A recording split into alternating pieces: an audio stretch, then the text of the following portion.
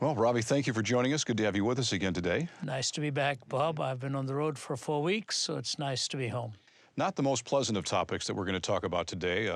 Atheism and belief has been in the news a lot of late, and most recently a story came out on USA Today that pointed out that nuns now make up 15% of the population, and nuns would be described as N-O-N-E-S, those who, when asked for their religious affiliation, gave the answer none. That's up from 8% in 1990, almost twice as much. As an evangelist, that must be quite disturbing to you. It is, and I've heard that category, and I think at one stage Richard Dawkins had wanted to call them the brights. You know, maybe he still does, those who are openly in the positive vein of anti-theism or atheism. He wants to call them brights, which means the others are the not-so-brights. That's the category. But it's interesting. It'd be very interesting to have a few of them around a table. Like Dawkins himself, when really pushed, will boil down to an agnostic position because he cannot have an absolute atheist position. So nuns, there may be a wide category. Some like saying, I'm not into organized religion, I do have personal faith. Or the other alternative is that they do have a religion, and that's self-worship, a different brand of pantheism. So it's fascinating. It's sort of, quote, the coming out of the closet days, because they were looking for a beacon to be their head, and Dawkins now serves that purpose. Every generation seems to produce somebody like that. Dawkins is carrying it in this age of social media to many extremes, but it is a very fascinating and a telling sign. I'm not quite sure whether they would all be to the same degree, but it does tell you they're not into any formal organized faith of any kind. The USA Today article quoted a man by the name of Barry Cosman, who was a co-researcher of the 2008 American Religious Identification Survey. And in that article, he was quoted as saying, "Don't blame secularism for driving up the percentage. These people aren't secularized. They're not thinking about religion and rejecting it. They're not thinking about it at all."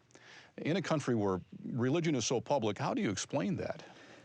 He's kind of equivocating on the term, what does he mean, don't blame secularism? The very word seculum in the Latin literally means this worldly. That's what it actually means, that there is no world beyond, there is no outside input. And so when he's saying don't blame secularism, I don't know whether he's saying that ideology has not been the one that's driven them to this, but that's what secularism is. It ends up with the fact that there is no ultimate, infinite, personal God. This world is all that there is to it, to use the scientific term, a closed system. What he's really saying is they have no interest in the transcendent or in the sacred. They are living by it. The blame, that is a completely different. So he's actually fusing two questions into one. It may be, I think the world has changed since 9/11 in many ways. Not just socially, not just economically, not just interculturally. It has changed in terms of people's view of religion as a whole. And sometimes they lump all religions into one and say these guys are bent on destroying civilization as we know it. They never give a fair test to atheism at the same time. But the fact of the matter is, what he is concluding is that there are many people who are not interested in a structured form of religion anymore. So they're not necessarily rejecting God or not thinking about him. It's the institution they're not happy with. No, and it's interesting, just as I left home this morning before coming here, I've been gone for 4 weeks. On my desk, I saw the latest Newsweek issue. And the headline, I haven't read it, it's by Andrew Sullivan. It said something about to forget God, but follow Jesus. So I don't know what his take is on it, interestingly coming from him. But again, it seems to be this bifurcation. Somewhere in the 80s, Bob, I began to get a sense that the more religion became commercialized, the more we were going to flirt with making it a target that would be attacked, because we marketed it rather than proclaiming it.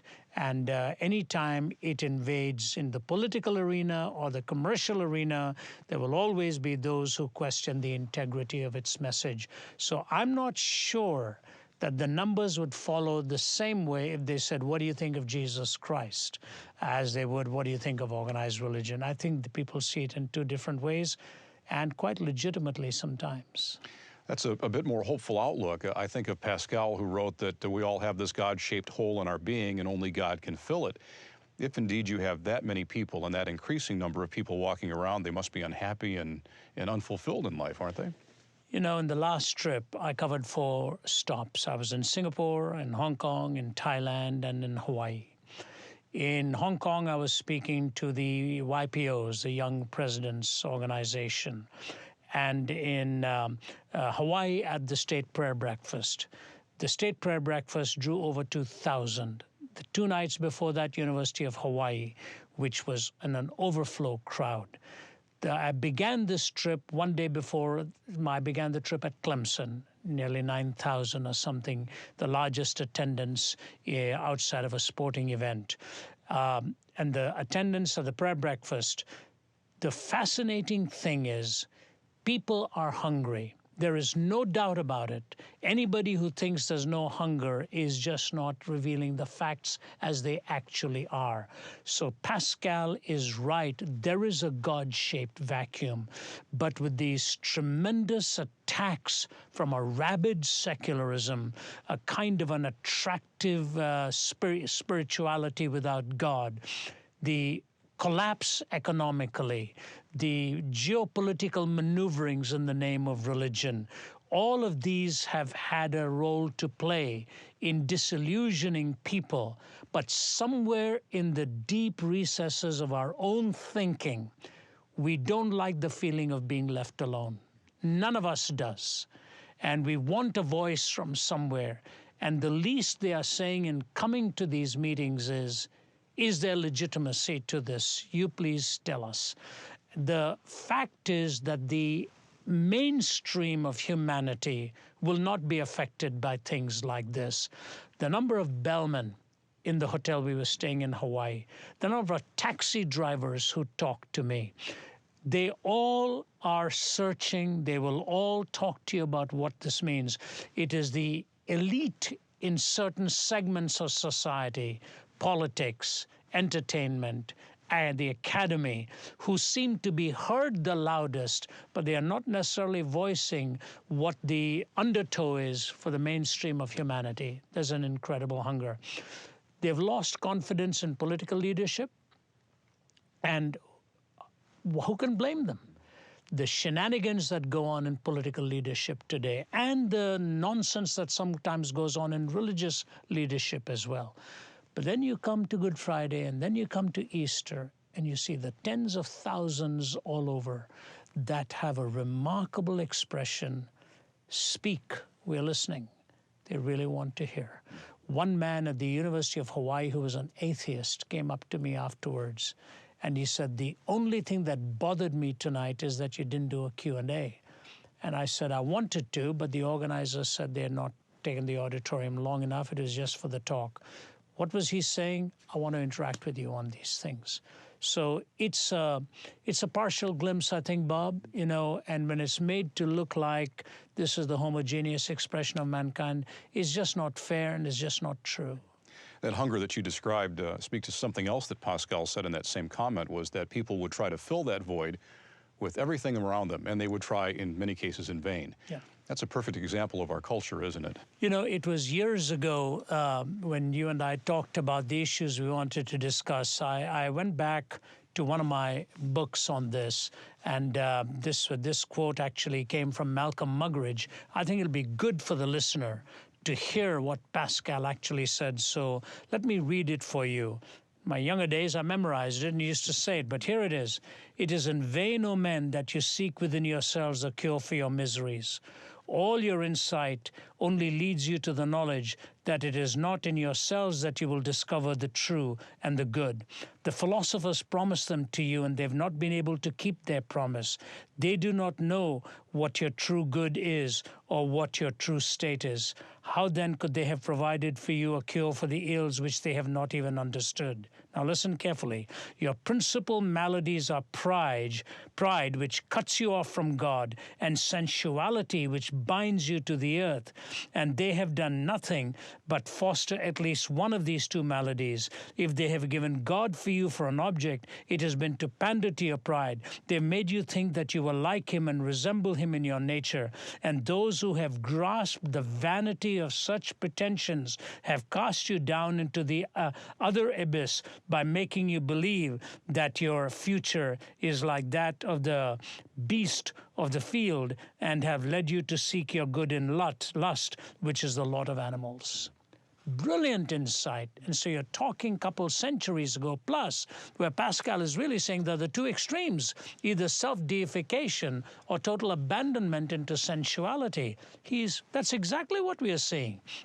Self-deification and pantheism, or this sense of give up all restraint and treat your bodies as the only thing that really matters, and if that's all there is to it, they've led you to seek your good in lust, which is the lot of animals. He says, Pascal's insights were so real. When I was speaking in Hawaii, I quoted Queen Lili Uokalani, who in 1917 said there were two extremes in every culture, two kingdoms warring, one that wanted an antinomianism, no law, no restriction of any kind, total abandonment, and the other was sort of an over-restrictive, legalistic type that controlled every facet. She said either of these two extremes are dangerous.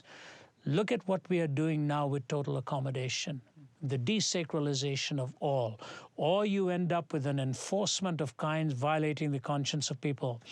The balance in life is the hardest thing to find.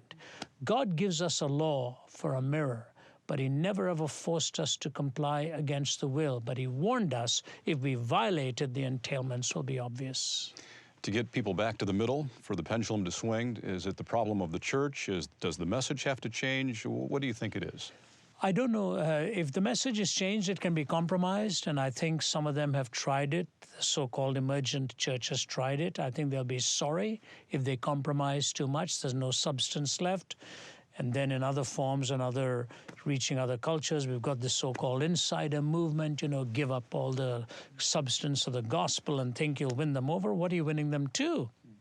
You're winning them to the redefinitions, cast in the image of their own desires. There is the counter perspective of God. No, we do not need to change the message, but I do think we need to think seriously of how poorly we have done in hearing the questions, how poorly we have done in answering the questions, and how careful we need to be in navigating this terrain, because wrong words and wrong perceptions can have catastrophic ramifications for the message. Jesus Christ was tough on people who thought they had all the answers when weren't living it. He was very gentle with those who had violated it but were genuinely seeking for answers, like the woman at the well, like the woman with the alabaster ornament. He was tougher on Nicodemus, who he said, you ought to have known these things. What is it you've missed out here? The church, I think, has become distant from the locations of discussion and has become distorted in pursuing power and structure. So we've got a tough job. We've got a tough road ahead of us. However, in the West, while it is becoming tougher and tougher in some parts of the world, it is more open. It's a mixed bag. One of the first messages we aired on Let My People Think years ago was your classic message, A Nation in Decay. And we've aired it several times now. And in that message, you raised 4 points about the fall of Judah: evil influence, unconscious decadence, willful negligence, and ungodly impudence. Do these findings on America's spirituality suggest that our decline is speeding up? It seems that way. That's a very old message, probably sometime in the 80s. I haven't repeated that one for some reason. Maybe because of our culture, you know, you come out with something like that and they'll think, oh, here comes a revivalist or something like that. But if you take all of those points from the evil influence, the willful negligence, you know, and ultimately to the ungodly impudence side of it, yeah, we are. And I think, I don't know who it was I was talking to yesterday, yes, to a very senior official of one of the big companies in our nation today, a man, a very godly man, but a man who sees the challenge in the corporate structures today. And I said to him, you know, the Tower of Babel is being rebuilt in front of our own eyes. And this time it's not out of concrete, it's electronically done. It's done in the airways. We're all speaking the same language.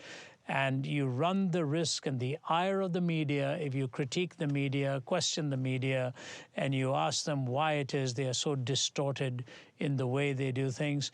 I think all the way from the political landscape down to our academics, we're spreading a lot of lies, a lot of untruths. We know how to manipulate emotions. I don't know how many times I have to ask people, do you know that to be true, or are you just saying it? Do you really know that to be true? You know, the battle of distorted stories, distorted facts, distorted implications. People are dispensing information that is absolutely unverified, editing tapes while putting them on the air. And this guy, you know, Malcolm Muggeridge warned of this. He was in the media. He told us that the lie is stuck like a fishbone in the throat of the microphone. Alexander Solzhenitsyn warned us of this a generation ago, that this is what we're going to see. And of all places now, America, I think, is playing the lead in this, right from the battles we are fighting politically to the battles we are fighting academically. And then the courtesy of people like Richard Dawkins and all with their huge marches and all of that. We are flirting with the total decimation of a culture, total decimation of a culture. And I don't think we realize how sad it is and how serious it is. Interesting you should mention Richard Dawkins. And the last point that you made in that Nation for Decay message on ungodly impudence, you quote from Hosea 9:7, and let me read part of that. It says, "The prophet is a fool and the spiritual man is mad." So you're pointing out that the prophets go to the people, and those that are opposed to the message call them fools and mad. And they do it so as to negate the message of God making its way to the people. Just in March, Richard Dawkins and others were on the Mall in Washington, D.C. for their Rally for Reason, an atheist march. 10,000 showed up. And Dawkins told the crowd they should ridicule religious people. Let me quote him. He says, "Mock them, ridicule them in public. Their beliefs are insane, therefore they should be ridiculed with contempt." It appears he's reading from an old script that goes all the way back to Hosea, isn't he? You know, when I heard that and read this, I read it hours before my talk at the University of Hawaii. And interestingly, that the University of Hawaii has one of the leading departments globally on world religions. Some of the finest minds years gone by used to use some of their writings and so on. I began my talk by saying I support what Dawkins says, that we should ridicule people with religious belief. And I would recommend that he begin that statement in Saudi Arabia and let him start. And the audience just roared, you know, so there was maybe nasty comment to make. He is really complimenting this society of Christians by saying things like that because he can say it with impunity. I dare him to go to Saudi and do that. I dare him to go to Iran and do that. The least he will find out is that not all religions are created equal. So to make a statement like that, he reminded me of two other things. I remember as a youngster, I think I mentioned it in one of my books, you know, I was in the city of Nagpur. I was in my 20s or early 30s preaching, and I saw a crowd gathering. And I wondered what was going on, and people were laughing and slapping each other on the back. I gathered around I thought some magician was doing his tricks. It was an insane man. It was a man who was unclothed, literally with stones and stuff, scratching himself, dancing, behaving in a sad way. And I remember my eyes filling up with tears, and I thought to myself, is this really some form of entertainment to laugh at a madman? If he's telling us our ideas are insane, what does mocking do? If it's an insane idea, what does mocking really do? But there's something deeper with what he is doing philosophically. Two things. Number one is this. He goes on in endorsing a most recent book that has been written, that we now have the answer how something can come from nothing. And it's this age-old rehashed quantum vacuum that out of which pops up some kind of a particle that can explain the existence. First of all, it's a misuse of what a quantum vacuum is. No quantum theorist actually tells you that a quantum vacuum is nothing. It's not no thing. There is a pattern, there is the subatomic activity that is going on, so it's not nothing. But suppose it is nothing, meaning no thing whatsoever. What does that do to atheism? I thought atheism's entire definition was everything that is matter. It is a materialistic framework from start to finish. But if the starting point is nothing, then it's not a materialistic framework, it's nothing. And if you're starting from nothing to explain everything, then why not end up in nothing, including meaning? So who's to be mocked here? He's the one who wants to talk about the wonder of beauty and all of this coming out of nothing. That's the insane idea then. That's the thing that needs to be mocked. He's making something out of nothing, making it appear to be nothing, out of which he wants to build everything. It violates the very fundamental starting point of atheism. So even if he is taken practically, I dare him to do it in a counter perspective like Islam. If he is doing it equivocatingly, then it is not nothing, it is something. If he's mocking something insane, then the insanity actually lies on the side of the mocker. Everything he calls for there violates reason. But this shows you who Dawkins is. He is driven by hate. And that's why many respected atheists want to separate themselves from him. Even secular thinkers took issue with that statement of his and called him to task on it. Dawkins is an angry man, and one day that anger will catch up with him. In a world of civility, you do not mock a counter-perspective. You dialogue with a counter-perspective.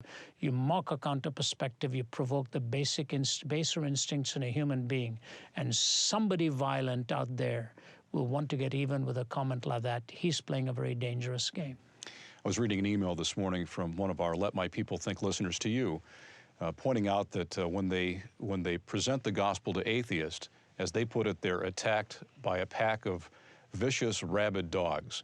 So it's already happening. So what would you recommend to people who find themselves in a position where atheists are mocking them in this way? Yeah, once upon a time, all of my answers would be very ironic, very warm, very cordial. The older you get, you tend to react, and I'm not sure it's the wisest way. I also have to back down some time and saying, is this really a shouting match? What is the end in sight we desire? Are we desiring the winning of the person or the decimation of the person? We are seeking the winning of the person. Let me give you an example of this. I may have used this at some time. I was speaking at the University of Malaysia, or I think it's called Malaya. It's the oldest Islamic university in Malaysia. And a professor of geology, he's a Christian gentleman, came to me and he told me this story. I wish I could remember his name. It's something like Gentle Lee or something like that. Very fine man. I'm talking several years ago. He took me out for dinner. He said Ahmed Deedat, the Muslim debater who's passed away from Durban, South Africa, who was taking on all comers, he came to speak at that university and he mocked the Christian there. And this gentleman stood up and he said, why are you mocking Christianity? And the man said, because it's a farce. He said, nobody can live the Sermon on the Mount. So Professor Lee said to him, why do you say that?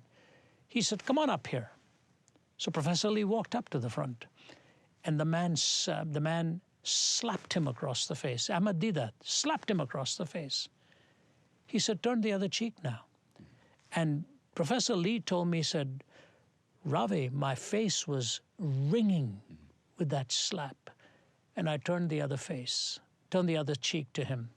He said, Didat didn't know what to do. The audience was packed. He said, all right, I won't go that route. But the Bible also says if a man asks you for your tunic, give me your cloak also, whatever. He said, take your trousers off for me. And Professor Lee told me this himself. He said, I looked at the audience, many of my students in there. I said, please forgive me for doing this. And he took his trousers off and was standing in front of the audience in his underwear. And Didat was just mocking and laughing at him. And then he picked up his clothes, walked out of there. He said, Ravi, my office was lined up with Muslim students the next day, begging for forgiveness for what was done to me.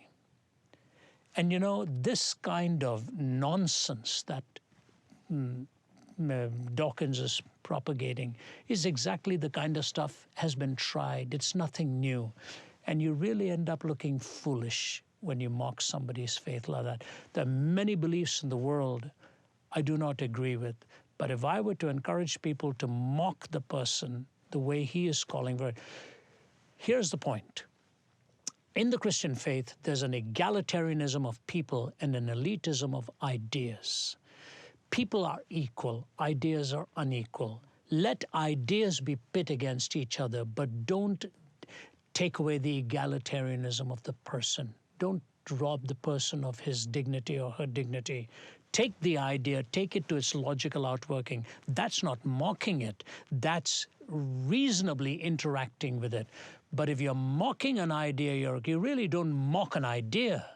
You mock a person. Because the idea doesn't care if it's being ridiculed. The person does care.